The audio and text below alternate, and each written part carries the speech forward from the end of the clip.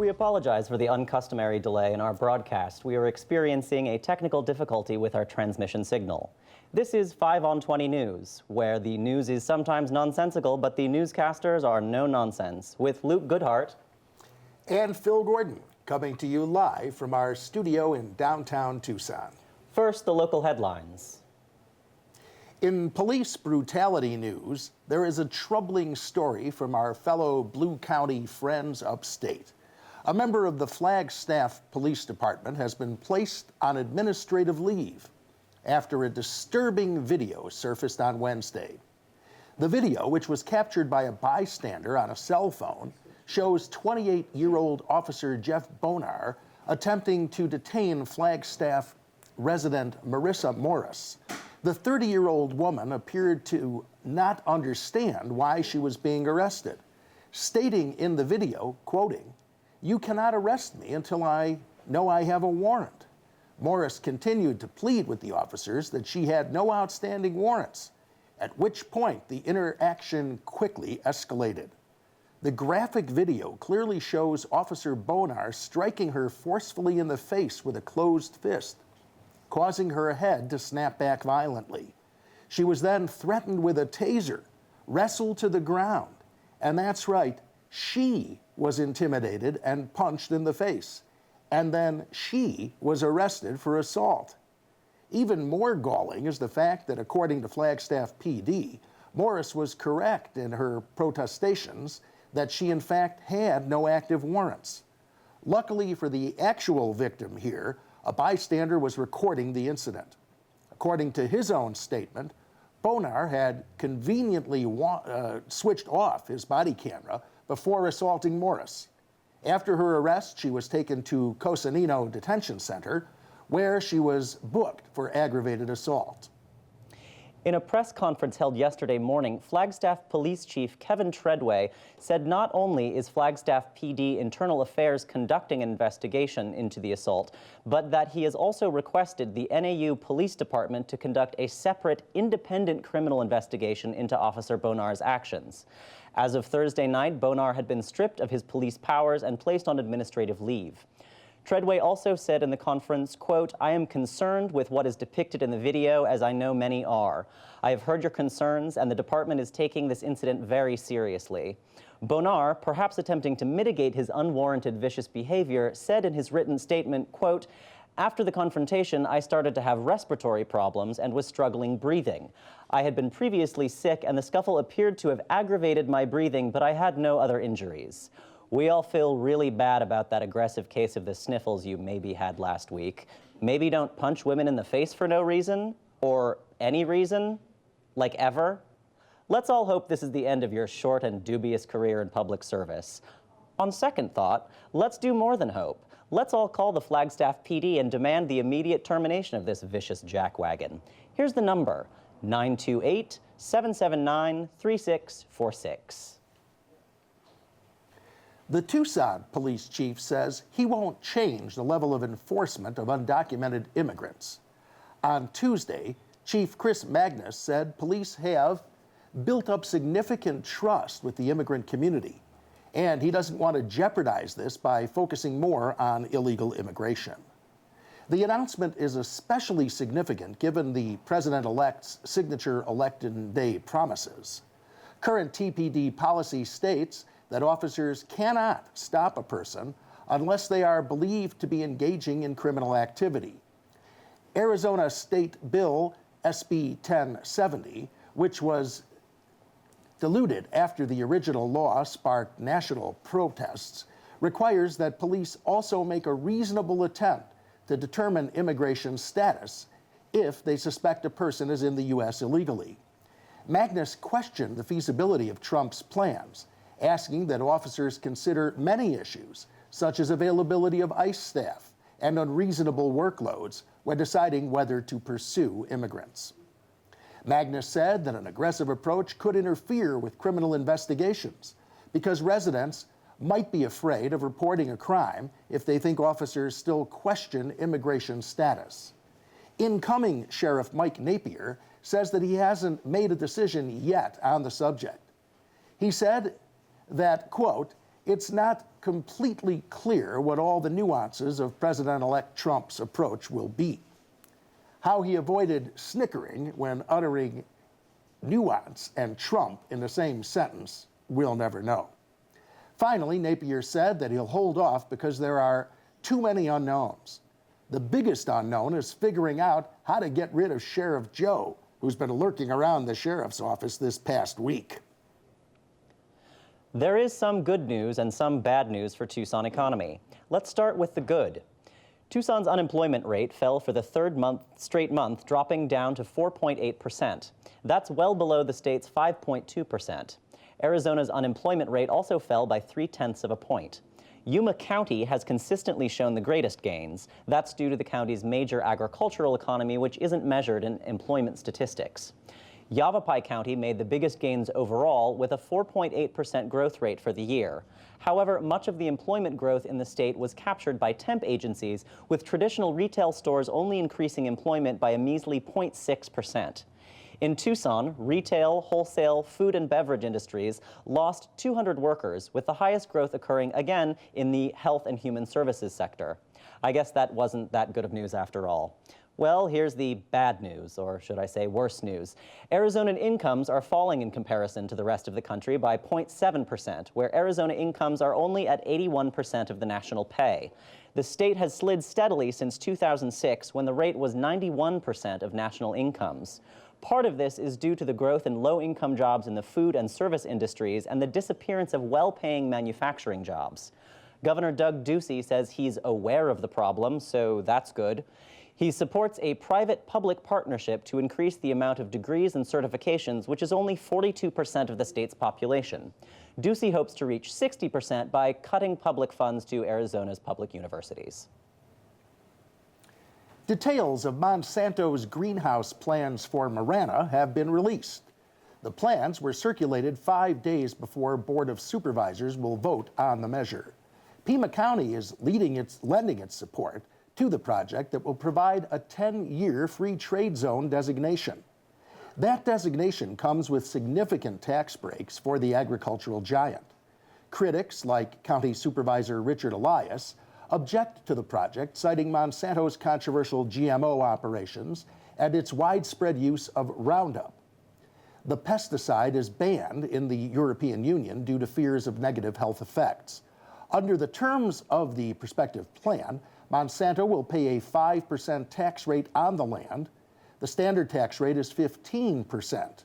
In return, Monsanto will spend $90 million on the 7-acre growth greenhouses and employ 50 workers, half of them full-time with a salary of $44,000. The jobs offer health insurance. Hopefully, it covers genetic defects. The city of Tucson is considering a half-cent sales tax to raise funds for public safety and improving roads. The city estimates that the raise in sales tax would cost Tucsonans $3 a month, less than the price of a month subscription to Pornhub. We know you can make the sacrifice, Tucson. If the sales tax is enacted, voters may have the chance to extend it beyond the initial 5 years. Over 5 years, the sales tax will raise $250 million, with $150 going to fire and police and the other $100 used to fix roads. Tucson roads have been labeled some of the worst in the country, while the fire department suffered 2 malfunctions of their fire engines. 1 month of Pornhub, folks. That's it. The next town hall is on Monday, November 21st at 5:30 p.m. at El Pueblo Senior Center. Now in national and international news. Former Defense Intelligence Agency Director General Michael Flynn has been named to the National Security Advisor by President-elect Donald Trump. Flynn's military experience was mostly operational. He was Director of Intelligence in Central Command during the Iraq and Afghanistan debacles. In 2012, he was named head of the DIA by President Obama, until he was forced into retirement. In 2014, after dealing with members of his team, Flynn claims that he was ostracized because he was tough on Islamic terrorism, an attitude rejected by the White House. Other sources say Flynn was forced out because of chaotic management style. That should make him a great fit in the Trump administration. Trump's transition plans have been rocky at best, with a host of firings in the past week. I guess Trump still thinks he's hosting The Apprentice. Retired General Mike Mullen and others have criticized Flynn for politicizing his title of general, as he regularly speaks out against the same Obama administration in which he served. Critics say that he shouldn't present himself as a member of the military elite, while in reality he's retired. He also came under fire this week when it was revealed that Flynn accepted tens of thousands of dollars in return for lobbying work for the Turkish government, who has imprisoned hundreds of journalists to stifle dissent. On Election Day, Flynn wrote an op-ed in The Hill urging U.S. cooperation with the Turkish government. He was also paid $90,000 by the National Mobilization Forces, an Iraqi military group trained by the Turkish government. Flynn says that he will relinquish his role in Flynn International Group, the lobbying firm that he runs. However, Flynn has stated that it will close the company. Maybe he'll give the company to Trump's children as a Christmas present. It's not just banking and private stocks that are making America great again. Now, for-profit colleges are getting theirs too. Congress plans to repeal some of President Obama's student loans rules, which were set up in 2012. Republicans are focusing on one piece of legislation in particular, which shields borrowers who attended for-profit colleges. Many of those colleges are tied up in fraud lawsuits, including ITT Tech, Corinthian Colleges, and the Donald's own Trump University. The law states that students can make a fraud claim with the Department of Education in order to get debt relief. The Education Department has already approved $250 million in debt forgiveness from 15,000 applicants from former Corinthian College students. If Republicans succeed, this would certainly be a boost for for-profit colleges, whose stock rose upon the news and paving the way for a future Trump University Tucson campus. Civil rights groups are suffering aneurysms this week after multiple statements from Trump surrogates discussed a Muslim registration system, which is supposedly in the works.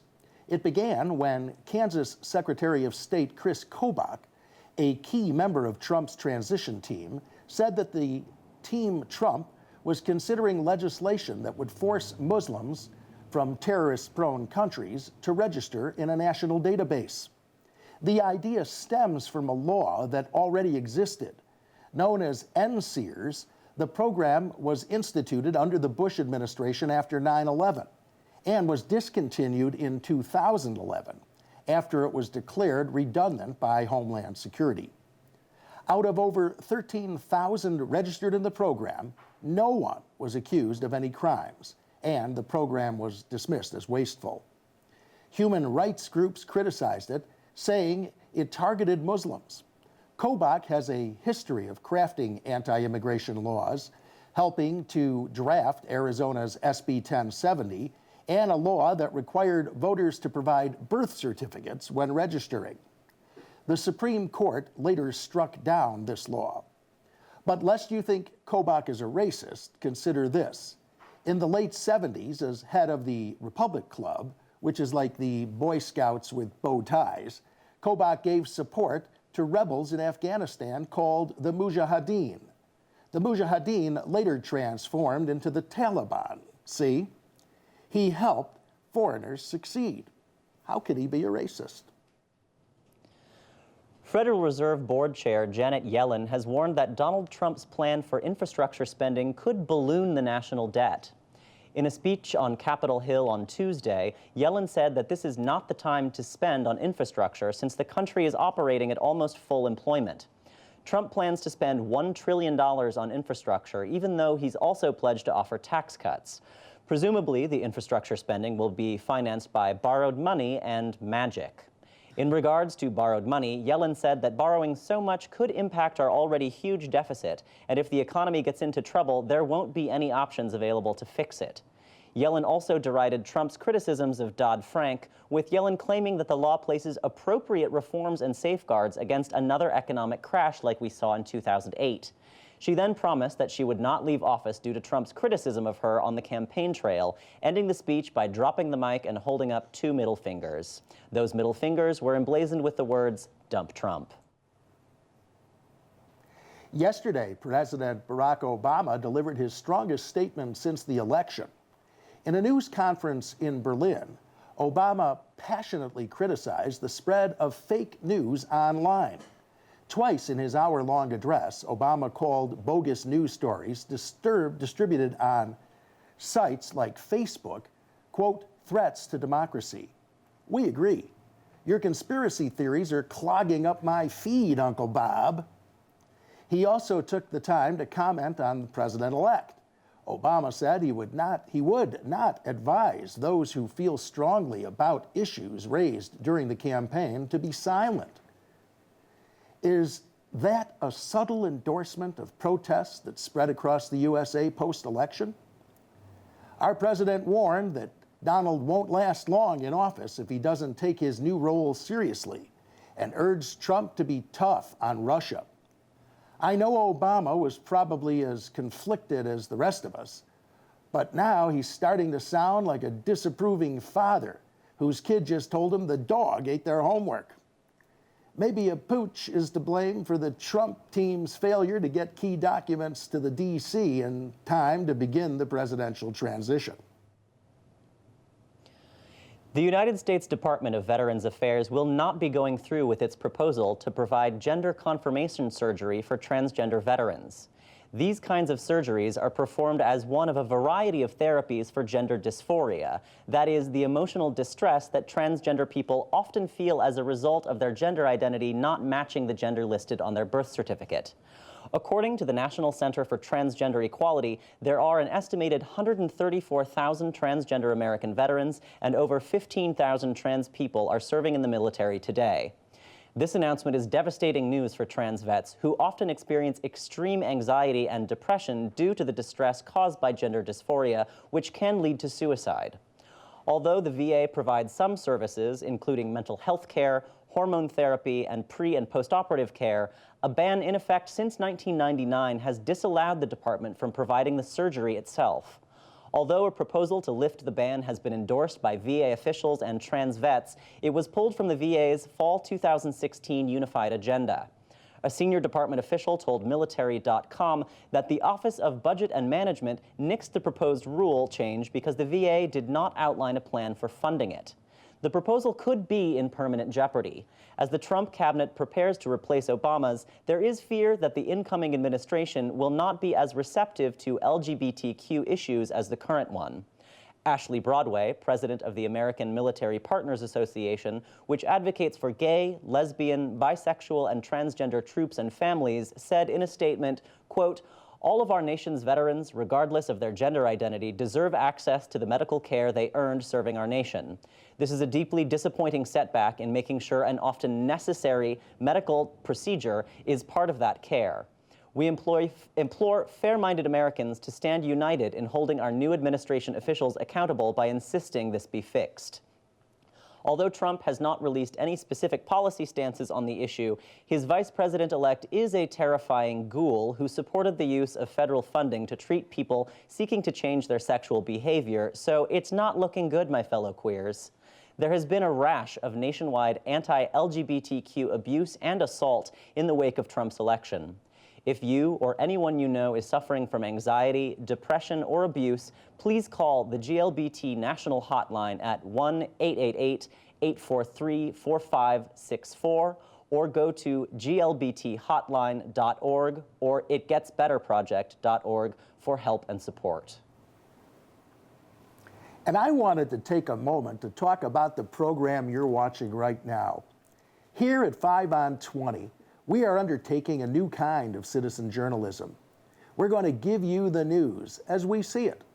And we want more people to speak up with us. We need writers, hosts, anchors, camera people, sound people, the whole gamut. The times require a new way of informing ourselves. So join us. Do it. Do it now.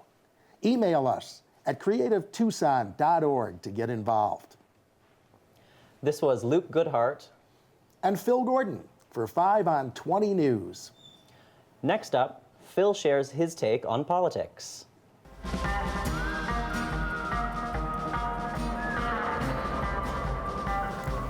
I'm finally starting to sober up from the general election results, and the whole thing reminds me of one of my favorite Rodney Dangerfield jokes. I'm a bad drunk. You know, when I drink, I gotta do 2 things in the morning: find my car and bring back the one I took. That's the way I feel about the election results. For Arizona, the wild drunken car ride we took in that shiny blue new Tesla sports car is when we convinced ourselves that Arizona could turn blue, that the state Senate would have a Democratic majority, that Ann Kirkpatrick could retire John McCain, and that Matt Hines would defeat Martha McSally. All the while, we were sure we'd be celebrating with recreational marijuana. That's not exactly the way it turned out. Now, we have to return that car to the original owners and pick up our own ride. You know, the reliable old faded red Buick, the one you inherited from Grandpa when he retired to Sun City West. Unfortunately, the ride we're returning to is where every state official is held by Republicans, with a Republican majority in the House and Senate, and with conservative judicial appointments. Sheriff Jan Brewer and Sheriff Joe, sometimes you can have recurring hangovers from previous binges, like Jan Brewer, Jeff DeWitt, Sheriff Joe, all under consideration for appointments in the Trump administration. Can you say Sarah Palin? That's my take. I'm Phil Gordon.